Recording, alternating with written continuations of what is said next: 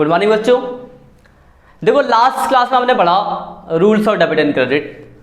उससे पहले हमने बेसिक पढ़ा था एसेट्स लायबिलिटीज के बारे में। अब हम थोड़ा सा डीपली बेसिक टर्म्स को जानते हैं एक एक करके, है ना। तो सब हम बात आज करेंगे एसेट्स की। मैं अभी डेफिनेशन की बात नहीं करूंगा। वो जब मैं आपको थ्योरी सेशन पढ़ाऊंगा तो मैं उसको पूरी डेफिनेशन के बारे में बात की जाएगी कि मैं आपको बस ओवरव्यू दे रहा हूँ बेसिक। ये समझो कि जब आप क्लास में नए आए हो तो शुरू के 5-6 क्लास जो होती है दैट इज फॉर बेसिक, आपका एक प्लेटफॉर्म पैक जम जाए। फिर डेफिनेशन तो हम याद ही कर लेंगे एसेट्स क्या है, कि हमारे एक प्रॉपर्टीज के एक फाइनेंशियल वैल्यूज हो। तो देखो एसेट्स आपने पढ़ा था, अगर हिंदी भाषा में हमने जानते हैं तो एसेट्स मतलब हमारी बिजनेस की प्रॉपर्टीज, वो सारी प्रॉपर्टी जो हमारी है जिसको मैं मॉनेटरी टर्म में एक्सप्रेस कर सकता हूं, जिसकी एक फाइनेंशियल वैल्यू है, वो सब एसेट्स है। आज हम जानेंगे कि एसेट्स है तो एसेट्स के अंदर भी क्लासिफिकेशन है, टाइप्स ऑफ एसेट्स। तो देखो अगर इस एसेट्स की बात की जाए तो दो तरह के एसेट्स हैं। वैसे तो 3 है, जिसमें ले लेते हैं वो फालतू है। मेन है 2 एसेट्स, पर हम तीनों की बात कर देते हैं। तो डिजाइन को थोड़ा सा चेंज कर देते हैं। पहला है आपका नॉन करंट एसेट्स, जिसको बोला जाता है फिक्स एसेट्स। दूसरा है आपका करंट एसेट्स, और तीसरा आपका ये एसेट्स नहीं है एक तरह का, पर है फिक्टिटियस एसेट्स। पहले इनको समझ लेते हैं, ये फिक्टिटियस को हम देख लेंगे बाद में। देखो एसेट्स मतलब जो आपकी प्रॉपर्टी जिस पे आपका एक लीगल राइट है, जिसको आप मॉनेटरी टर्म में एक्सप्रेस कर सकते हो, वो आपका एसेट्स हुआ। Machinery assets, building assets, cash assets, bank assets, debtor assets, ये आपने फर्स्ट लेक्चर में देख लिया था कि ये सब एसेट्स होते हैं। अब ये बात है नॉन करंट एसेट्स क्या होता है, करंट एसेट्स क्या होता है। नॉन करंट एसेट्स का मतलब है कि वैसे एसेट्स जो आपको मोर देन 1 ईयर बेनिफिट देते हैं, मतलब वो एसेट्स जो आपके लॉन्ग टर्म के लिए, वैसे एसेट्स जो आप एक बार खरीद लोगे तो जल्दी बेचोगे नहीं। मतलब assets which not convert into cash with in 1 year, मतलब वो सारे एसेट्स जो 1 साल में कैश में कन्वर्ट नहीं होते। मतलब हम क्या बोल सकते हैं, more than 1 year not convert into cash in 12 months या 1 ईयर। ये डेफिनेशन नहीं है, बस मैंने कीवर्ड आपको याद रखने के लिए थोड़ा छोटा लिखा। आप ध्यान रखें क्या लिखा है, मोर देन 1 ईयर या not converted into cash with in 1 year. आप चाहो तो शॉर्ट नोट अपना बनाओ तो वहां पे इस बात को लिख सकते हो। मैं रिपीट करता हूं इसे बार बार बातें, क्योंकि मेरा बोर्ड जो है जो व्हाइट बोर्ड है, तो व्हाइट बोर्ड पे थोड़ा सा पता है डिस्प्ले का दिक्कत है, प्रॉब्लम है, और फोन से वीडियो है तो उसका भी थोड़ा सा दिक्कत है। लेकिन धीरे धीरे जैसे अपना चैनल ग्रो करता जाएगा तो सब चीज़ बढ़ती जाएगी, ठीक है। तो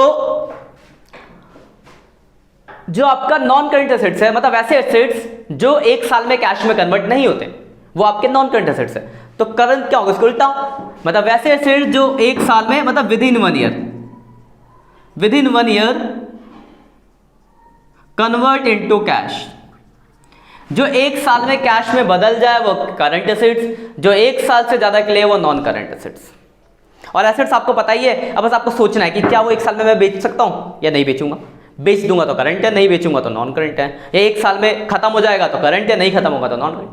जैसे मैं बात करूं मशीनरी, मेरा बिजनेस, मैंने एक मशीन खरीदी, क्या 12 महीने में बेचूंगा, आप खुद बताओ।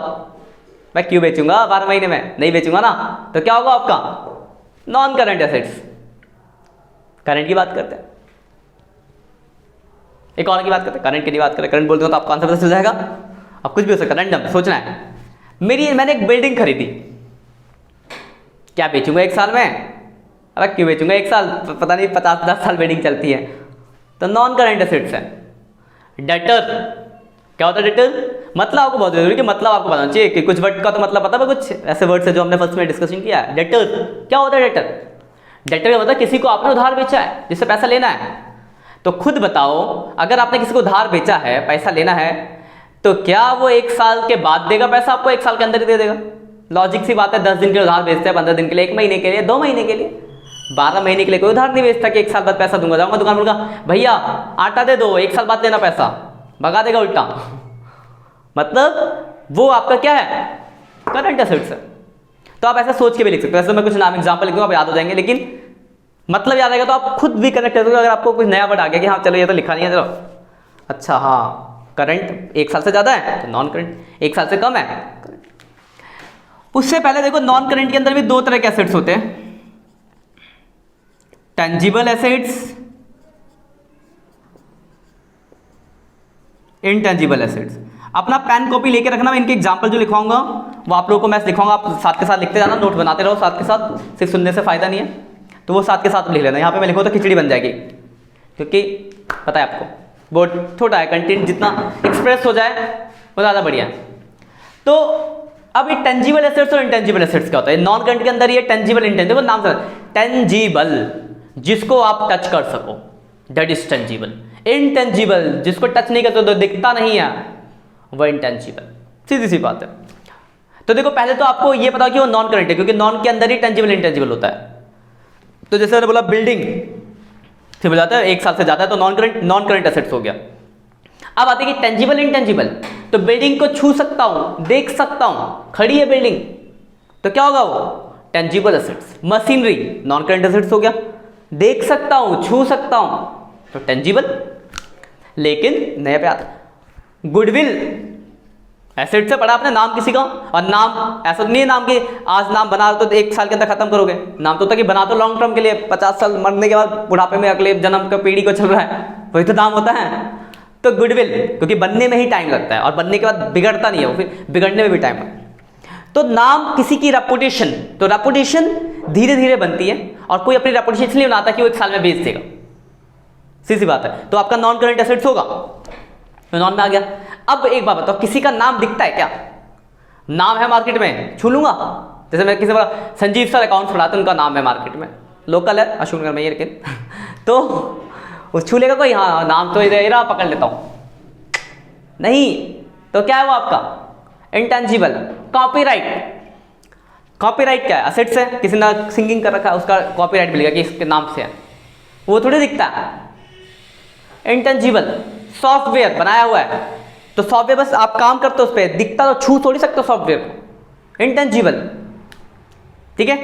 तो नॉन करंट एसेट्स में टेंजिबल इंटेंजिबल, तो नॉन करंट एसेट्स क्या हो सकता है? नॉन करंट में कुछ नाम एग्जांपल लिख लो, टेंजिबल के अंदर लिख लो building, machinery, furniture, land, plant.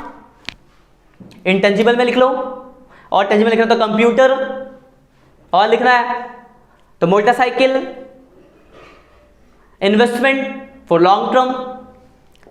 Intangible assets में भी लिख लो, एग्जांपल आप लिख लेना ना, आपको याद आएंगे, क्योंकि आप हाथ दिए तो पढ़ करके आपको मतलब पता चलेगा तो आप रिलेट कर सकते हो, पर अच्छा है कि एग्जांपल आप लिख लो साथ के साथ। इंटेंजिबल एसेट्स के लिखो goodwill, copyright, patent, software, licensing right, intangible assets हो। Mining right, intangible assets. Mining right जाता है, माइनिंग कोयले खदान में कोयले की माइनिंग होती है, तो उसके लिए क्या होता है कि आपको अप्रूवल लेना पड़ता है, गवर्नमेंट को पैसा देके इतने साल का माइनिंग है तो उतने साल तक आप वहाँ से कोयला खुद खोद सकते हो, पेट्रोलियम माइनिंग, तो ये माइनिंग राइट उसको कहा जाता है। लाइसेंसिंग जानते हो, जैसे डोमिनोज की मुझे फ्रेंचाइजी लेनी है या मुझे किसी चीज़ का लाइसेंस लेना कि मैं वो काम कर सकूँ, तो लाइसेंसिंग फ्रेंचाइजी सब पैसे देने होते हैं, एसेट्स होते हैं पर इंटेंजिबल के वो दिखते नहीं है, बस एक राइट है कि हाँ आपके पास इसका वो मिल गया कि आप ये काम कर सकते हो परमिशन से। तो आपकी टेंजिबल इंटेंजिबल हो गया या नॉन करंट एसेट्स। तो देखो यहाँ से क्वेश्चन कैसा आ सकता है, एक नंबर ऐसे हुई है तो थ्योरी के पॉइंट में तो बहुत इंपॉर्टेंट है, क्योंकि आपको बेस है ये, है ना, जितना अच्छा रहेगा उतना बढ़िया रहेगा, आगे फ्यूचर में बहुत जगह काम आएगा। यहाँ से क्वेश्चन अगर एग्जाम के पॉइंट में से बात करें 11th के, तो क्वेश्चन आ सकता है, बोलेगा 2 इंटेंजिबल एसेट्स के नाम बताओ, तो यार एग्जाम्पल में से कोई भी 2 चिपका देना, 2 टेंजिबल एसेट्स के नाम बताओ, चिपका देना। अब आते हैं करंट एसेट्स। तो करंट एसेट्स क्या था? वो सारे एसेट्स जो विद इन 1 ईयर कैश में कन्वर्ट हो जाए वो होते हैं करंट एसेट्स। जैसे कैश लिखते जाओ, बैंक, डेटर, किसी को आपने उधार बेचा तो 1 साल में पैसा ले लोगे, सीधी बात है, तो डेटर हो गया। उसका लिखो शॉर्ट टर्म का कोई इन्वेस्टमेंट, मतलब इन्वेस्टमेंट लेस देन 1 ईयर आप करते हो कि हाँ आज इन्वेस्टमेंट कर रहा हूँ 3 महीने बाद बेच के पैसा रिकवर कर लूंगा। जैसे एग्जांपल मान लो ये होली आ रही तो मैंने क्या किया, कलर खरीद के लाया, इन्वेस्टमेंट है, उसको बेच के 3 महीने, अगले महीने होली खत्म, पैसा खत्म, शॉर्ट टर्म इन्वेस्टमेंट करते लोग।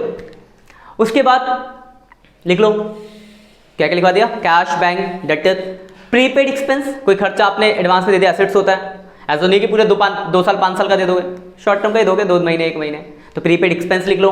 एक्रूड इनकम लिख लो, स्टॉक, इन्वेंट्रीज, जिस चीज़ का आप बिजनेस करो वो भी तो आप बिजनेस जिस चीज़ का कर रहे हो वो जल्दी ही बेचोगे, ऐसा नहीं कि बिजनेस कर तो आप पेन, जैसे मैं मार्कर का बिजनेस करता हूँ, आज मार्कर ले आया और अगले साल बेचूंगा, कभी नहीं होता, 10 दिन में भी स्टॉक खत्म, नया स्टॉक आ जाता है। तो इन्वेंट्रीज लिख लो, स्टॉक को इन्वेंट्री कहा जाता है, ठीक है, या गुड्स कह सकते हो आप।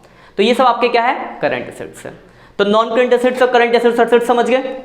ये आखिरी वाला फिक्टिड, इसकी डेफिनेशन लिख लो पहले, और कुछ है नहीं, फालतू है, बता दो बस, लिखो they are not tangible assets, neither intangible assets, they are losses which is not written off in accounting period. Hindi में समझो क्या है कि ना ही ये टेंजिबल एसेट्स है ना ही इंटेंजिबल एसेट्स है, ये है क्या, एक तरह का ये लॉस है, लॉस, वैसा लॉस जिसको आपने एक अकाउंटिंग ईयर में राइट ऑफ नहीं किया है।